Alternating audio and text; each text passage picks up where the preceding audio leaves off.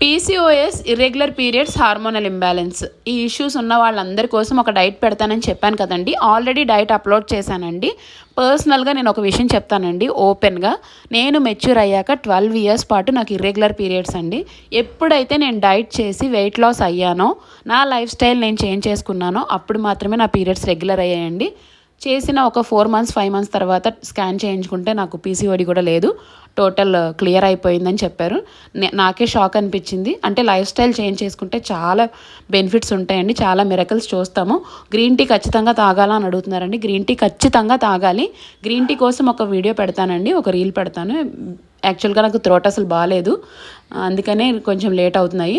ఇంకోటి మా బాబుతో ఒక్కడితోనే నేను వీడియోస్ చేసుకోవాలి, వాడు పడుకున్నప్పుడు మాత్రమే చేయగలను, అందుకనే లేట్ అవుతున్నాయండి.